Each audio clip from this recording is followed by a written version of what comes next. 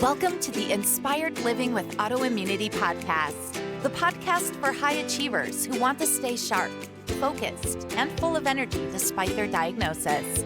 With your host, National Board Certified Functional Medicine Health Coach, Julie Michelson, where Julie helps you take your power back from autoimmunity. And now here's your host, Julie Michelson.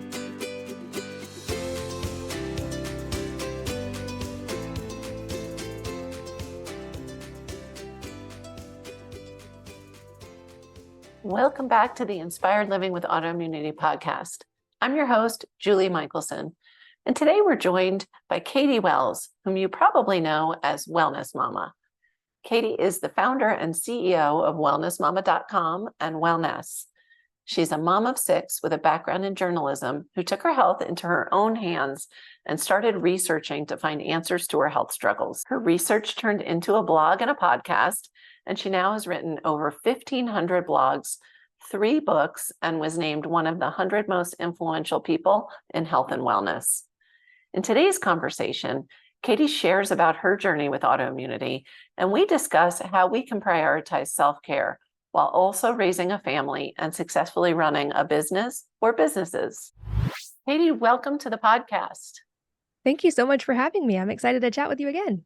I am as well. And I would love to have you share with listeners, if there are any that aren't already familiar with your journey.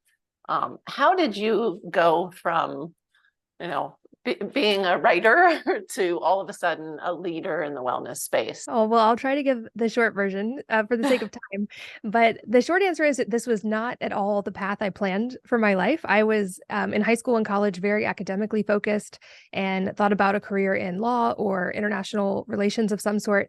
And that's kind of the path I was on in a very type A way, with taking about 28 hours per semester and really pushing myself hard in a lot of areas. And in about the end of my college career, I also realized that I for sure wanted to be a mom and to have kids. And as things often do, it happened very quickly and serendipitously for me. And it was the most beautiful way that my life took multiple turns. I think looking back, we can probably all see times in our lives that we at the time thought were very difficult that ended up leading to the most beautiful things. And that certainly was the case for me. But the short version is that looking back, tell people if you want to get autoimmune disease, you can do what I did, which is to be really stressed, not eat very much. And when you do, eat really poor food choices and not sleep enough. And that'll get you a lot of the way there. And that had been most of my high school and college experience. And then when I got pregnant with my first child, it was sort of that metaphorical straw that broke the camel's back / last marble in the bucket, to use the autoimmune analogy, however you want to explain it. And after he was born, I started having all these strange symptoms, which were, of course, written off by my doctor as normal for postpartum. And that's just what you're going to experience, and everything is fine. And, just try to sleep when the baby sleeps, which is probably the least helpful advice you can give a new mom. And my background to that point in my college experience had been around journalism. And I ended up not pursuing graduate degrees, but I leaned on my research side to try to figure out my own health answers when I couldn't get answers from doctors. And at the same time, at my 6-week follow-up appointment after having my son, I read in Time magazine that for the first time in 2 centuries, the current generation of American children would have a shorter life expectancy than their parents. And it was just such a stark contrast to look at this tiny, perfect newborn and read all these statistics about what his generation was going to face. And I decided in that moment that wasn't good enough for him, and it wasn't good enough for anybody's child.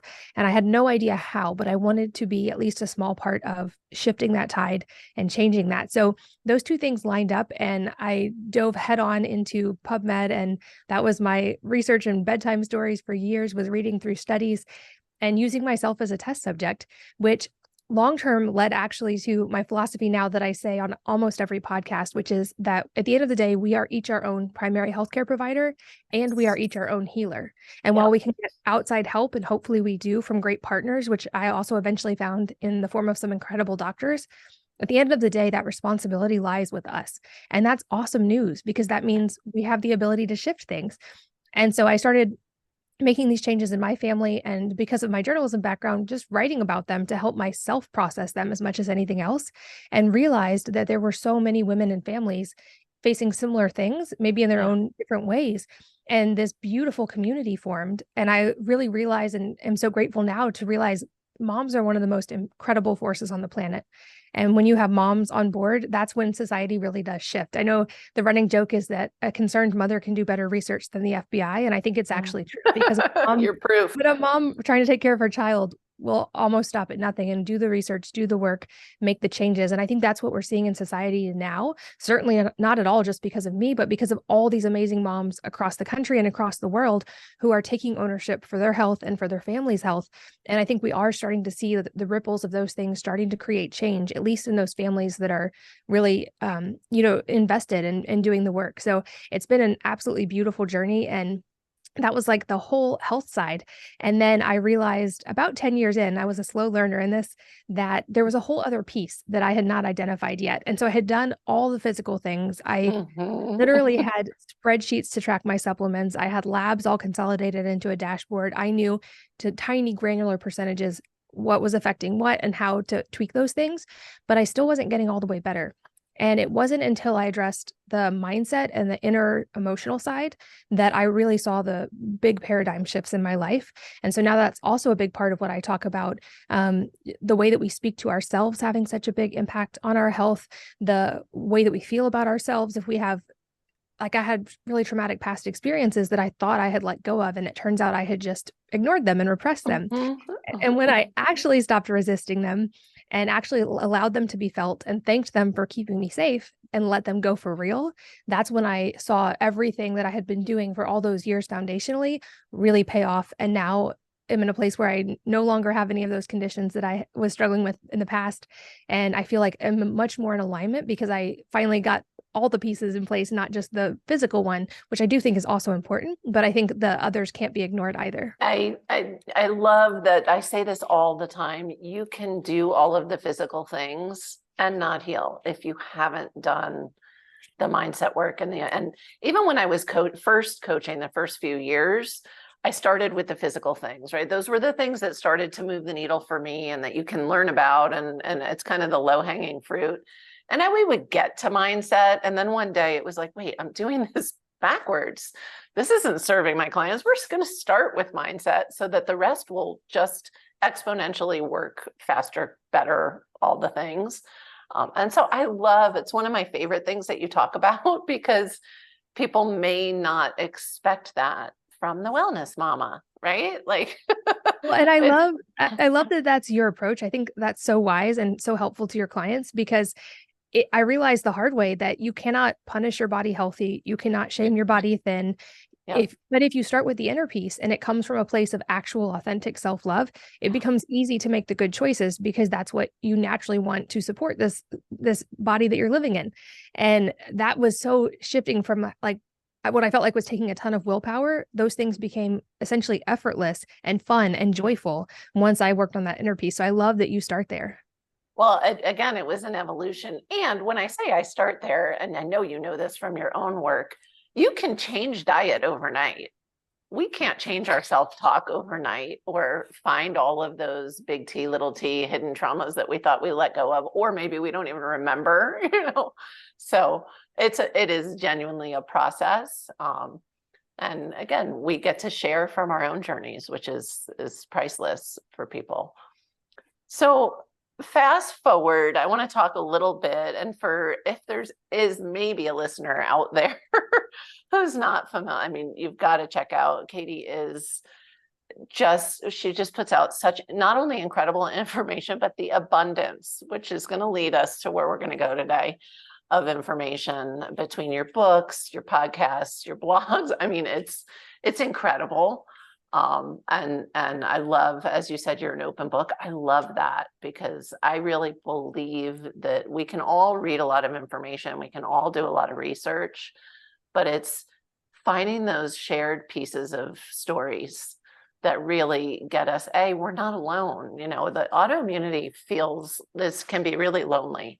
And so thank you as somebody who enjoys everything you put out, that for just always being really genuine and open, and being willing to do the research and share it, right, is amazing.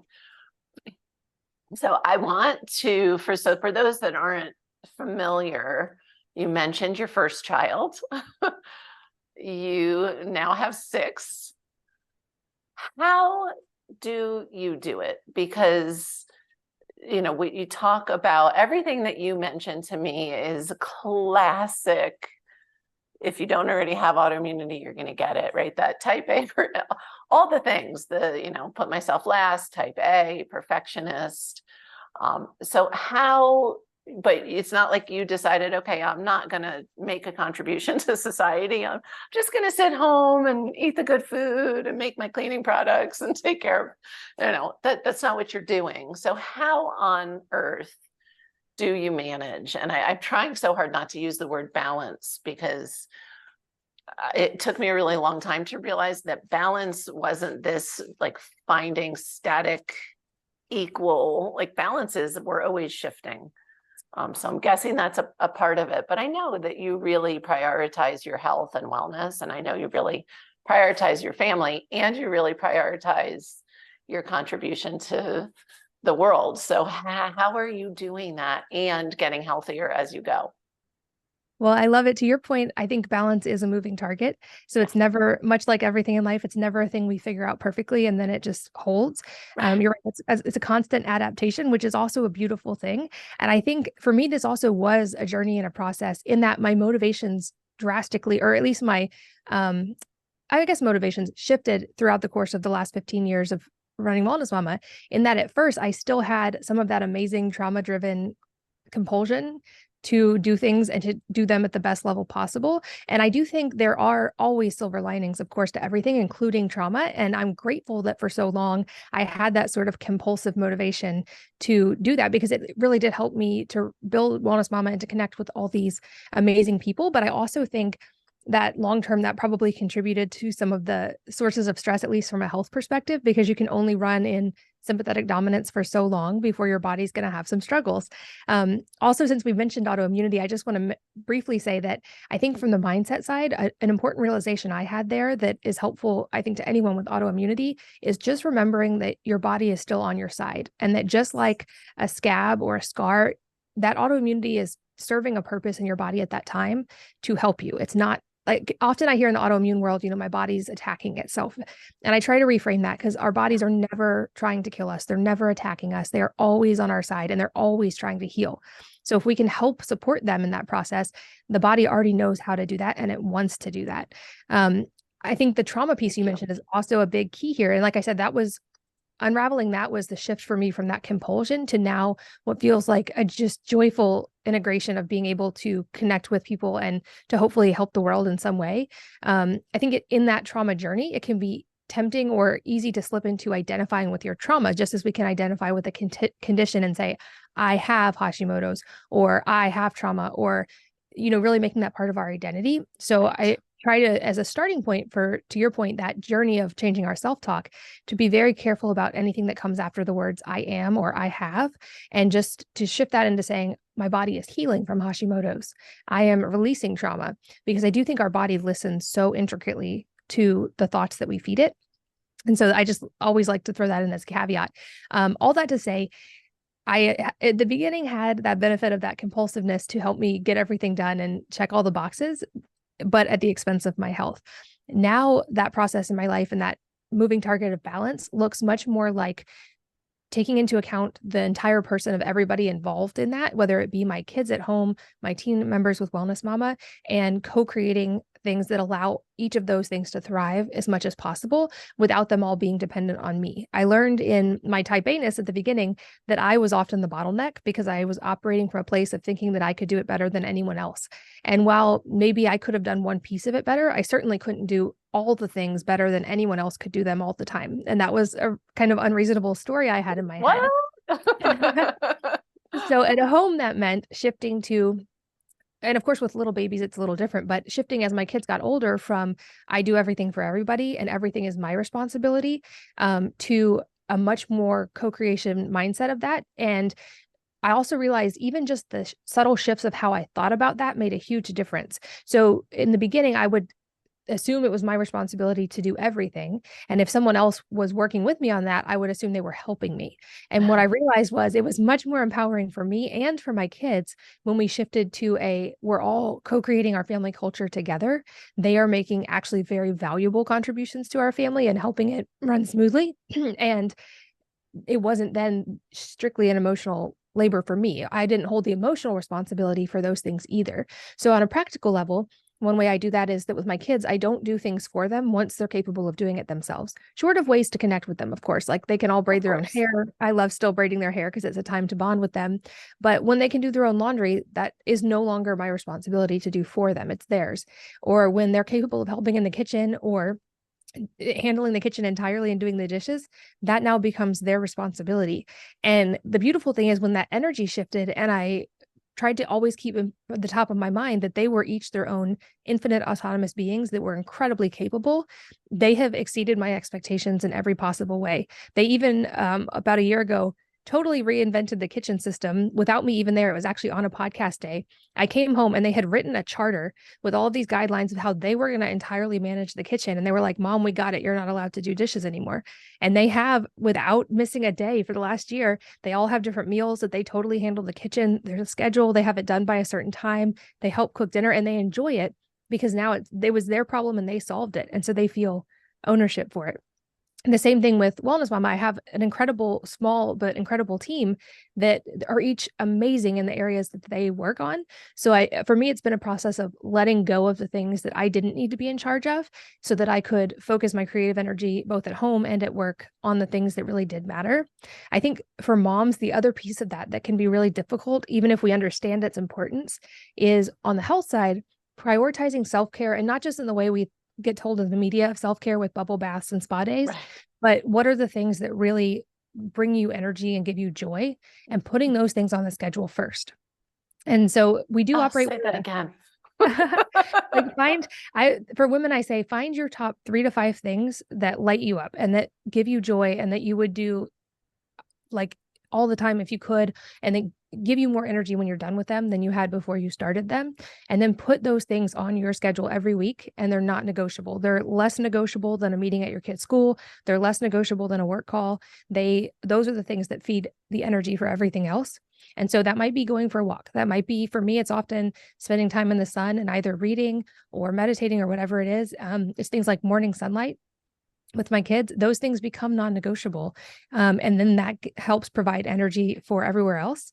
And that also then builds into that both family and, for me, work calendar, where everything has a time and a place, and we know who's going to do the thing at the different time. So there's not those open loops that I feel like are often the source of stress for women, especially. It's not the getting the things done. We're actually amazing at that. It's trying to manage all of that in our head at the same time. Like we are thinking of, what am I going to defrost and cook for dinner? The kids need to get to all these places. When is the laundry going to get done? I've got 3 work calls. All those things are in our mind taking up bandwidth. So instead of solving for the variable of doing less things, solve for the variable of doing them with less stress and having no open loop so that you don't have to give mental energy to something when it's not its time to be focused on. Oh my gosh, that was such gold. And I love just hearing it from you. These are the things that I work on with my busy women, right? My motivated women who really do want to make a contribution, whatever that looks like.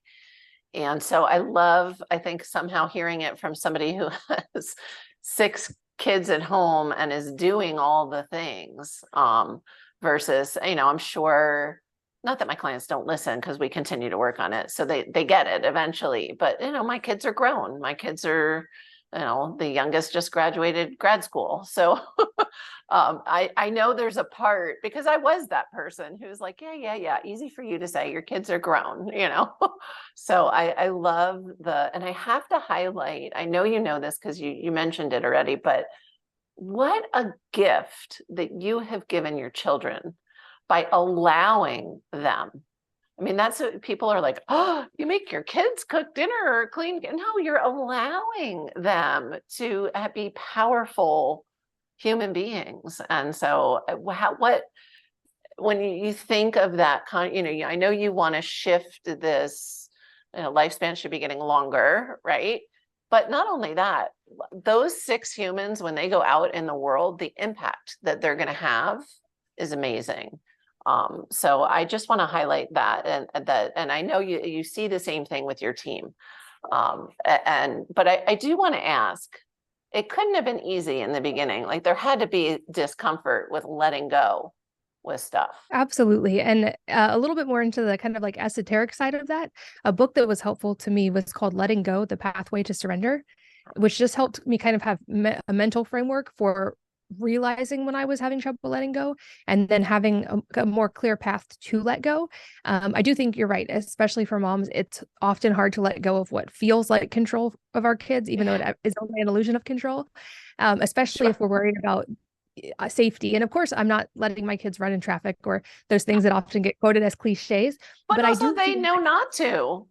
Exactly. And it's because they've gotten to learn little lessons in less risk areas so that they understand risk evaluation and risk tolerance, and they understand their own capabilities. Like on a purely practical level, there's been so much research done into how kids being able to take calculated risk, even when they could get minorly hurt when they're little, really helps to develop like their vestibular system, their limbic system, and their ability to correctly analyze risk, which becomes much more high stakes when they're on their own in the world.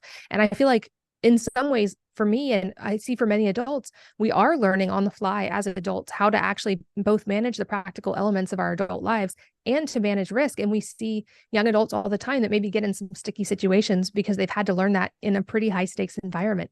So I wanted my kids to climb the trees, even if there was a chance they could break their arm.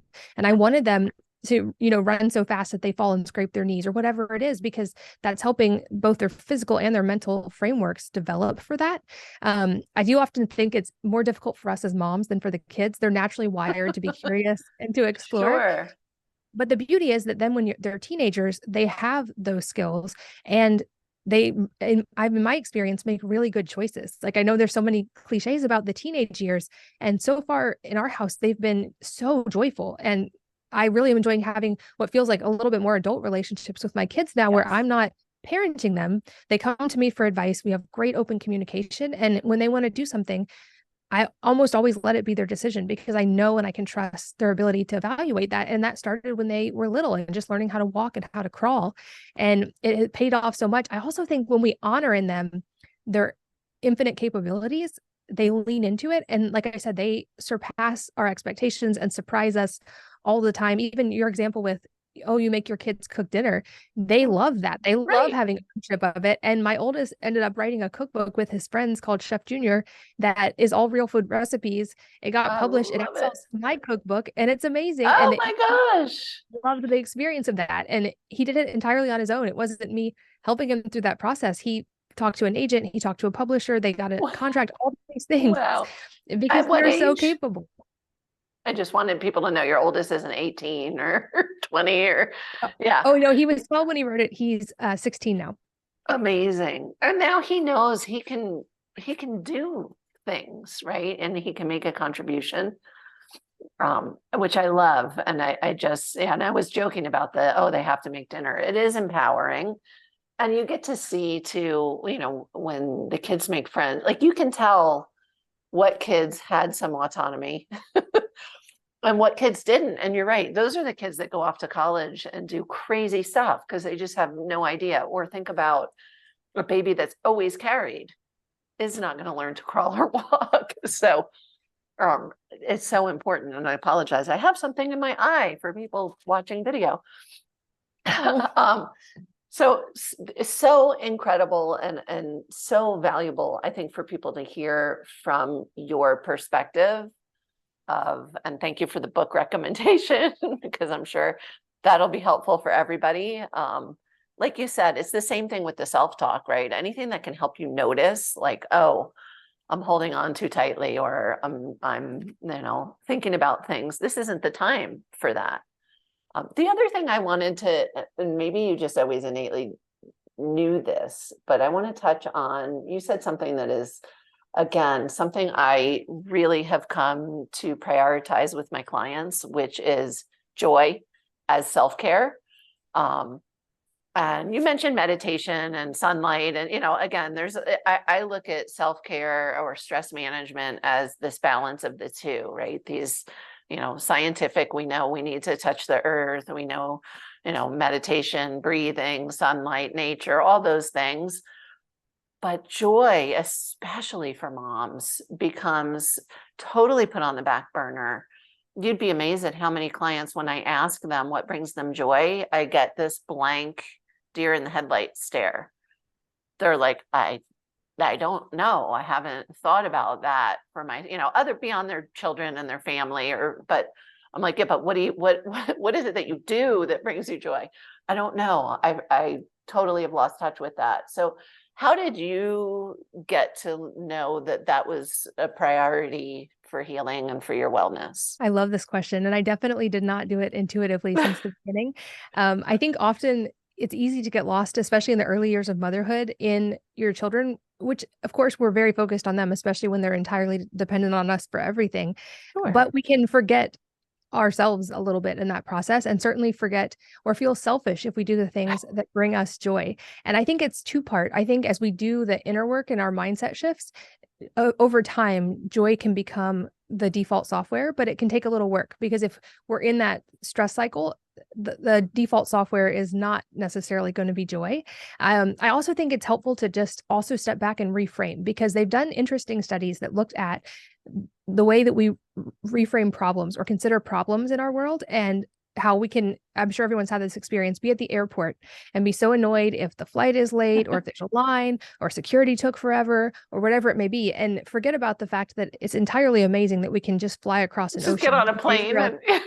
Yeah. And what they realized was humans will essentially perceive and focus on the same number of problems. And if we don't have big problems, we're going to find little problems and make them big problems, unless we consciously learn to unpattern that. And so I think when we focus on things like gratitude and joy intentionally at first, over time, they become the default. And for me, for a couple years, I actually kept a journal that's now sort of encyclopedic, where every day I would write down 20 things I was grateful for. And 20. I tell people 3. There's that type. Because it does help you to then start throughout the day, even without intending to, notice the things you're grateful for. And then that starts to become the default programming. And I realized the same with joy. And I know it's well talked about, but our kids, percentage wise, pay attention much more to what we model than what we say. They hopefully listen when we talk too.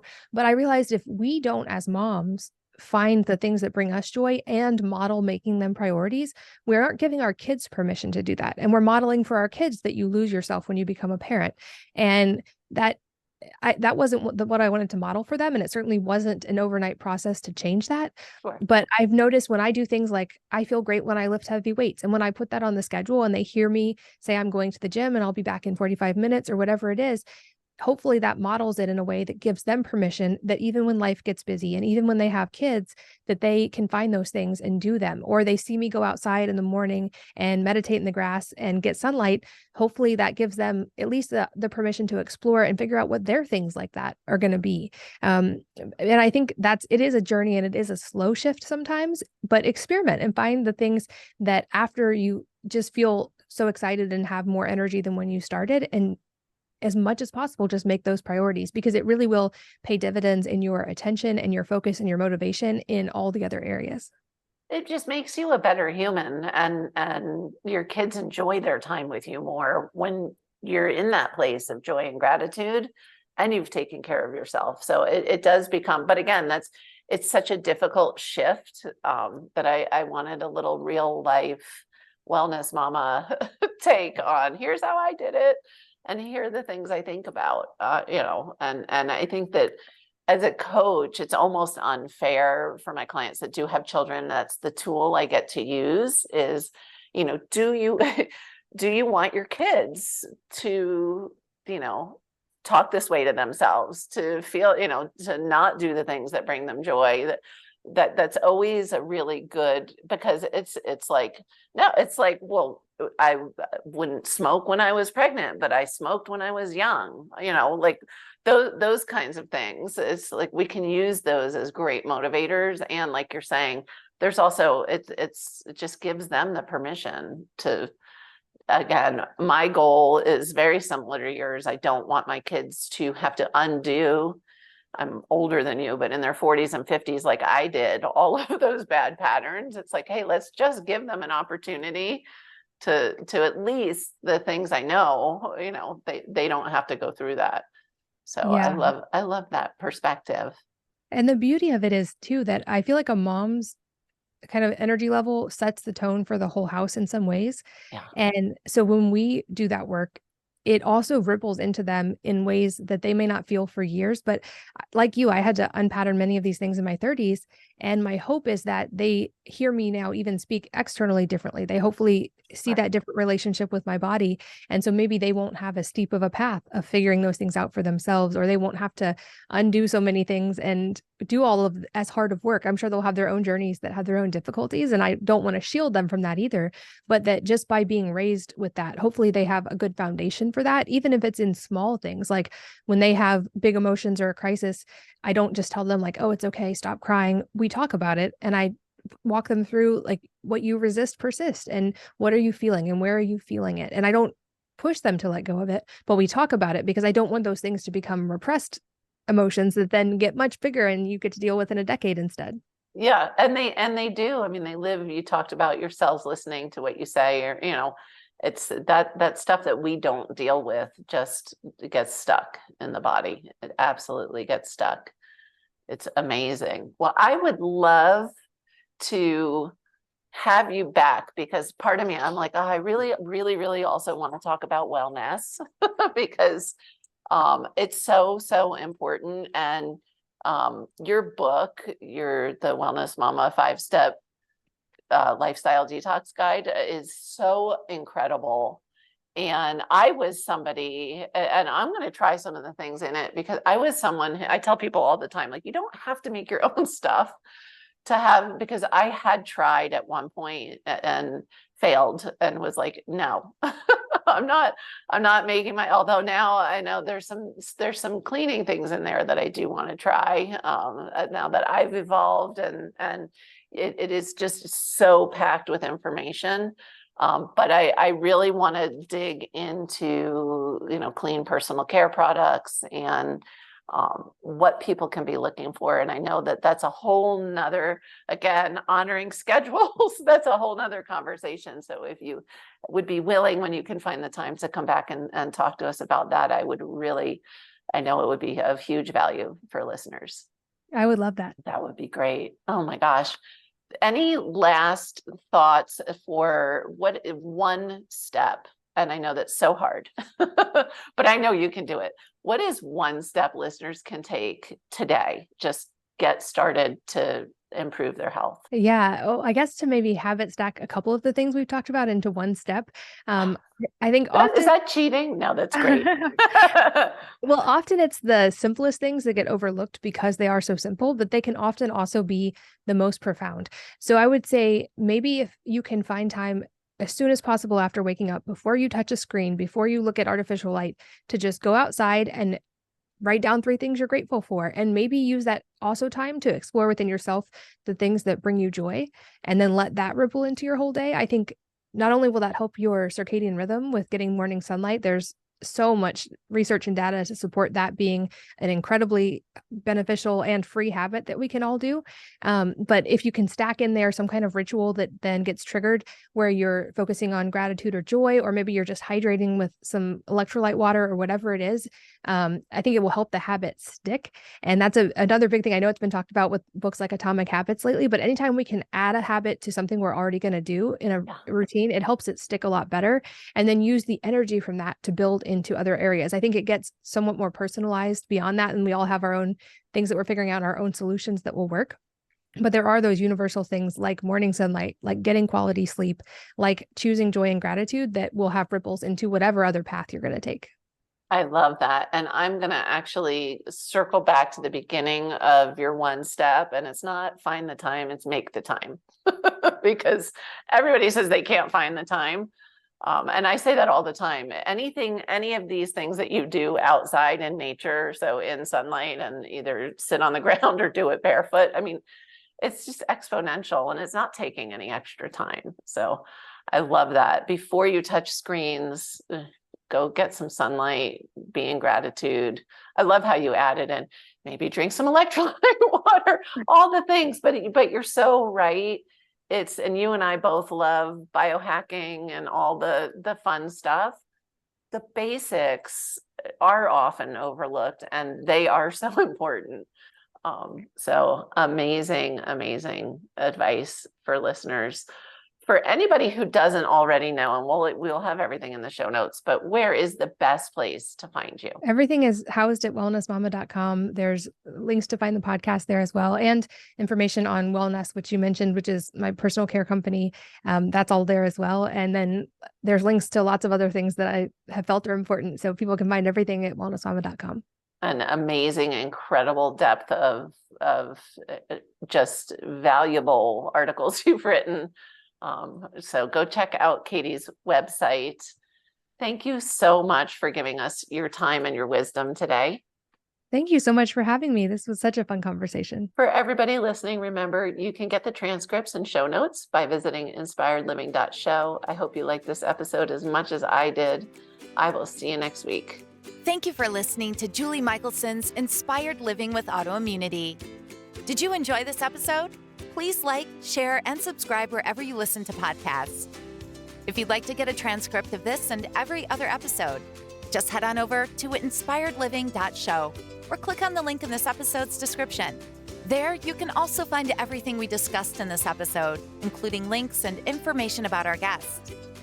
You can even send in your questions to be answered by Julie in a future episode. That's inspiredliving.show. Until next time, this is Julie Michelson's Inspired Living with Autoimmunity podcast, helping you take your power back.